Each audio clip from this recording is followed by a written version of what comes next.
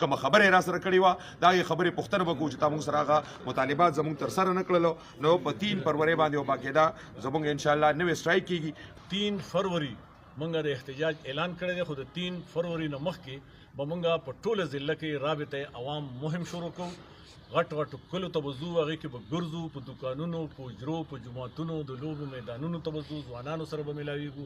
عالمانو سره به ملاویږو وکیلانو سره به ملاویږو تاجرانو سره به ملاویږو او دا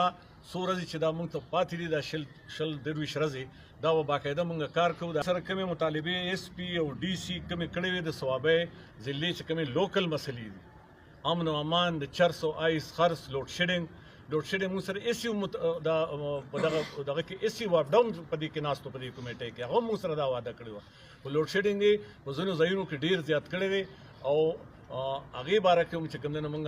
دا خبره وکړه چې دا به مونږ د دې لپاره مونږ خپل جدوجهد جاري ساتو 3 فروری نه مخکې به د ضلعې هر غټ کلي ته مونږ ځو کوارډینیټر ته ذمهداري حواله شوه یو هیکټیک ایفرټ به کوو او یو هیکټیک کمپین به چلو په ټوله ضلع کې تر 3 فروری پورې خلکو کې به بیداري پیدا کوو نو مونږ دا ایکشن کمیټي چې دا مونږ ټولو خلکو ته وایو د صوابۍ دا د چا د ذات دپاره نه ده دا د چا د پارټۍ دپاره نه ده دا د ارزانې د اوبو د بجلۍ دپاره بجلۍ بل په هر پارټۍ والا باندې راځي په هر عالم راځي په هر امام راځي په هر وکیل راځي د معاشرې چې څومره سیګمنټس دي ټول دا بلونه ورکوي مونږ ټولو ته وایو چې راشئ مونږ نه مشري غواړو مونږ اول منتخب نمایندګانو ته وایو چې راشئ زموږ سرپرستي وکړئ مونږ نه مخکې شئ دا خبرې وکړئ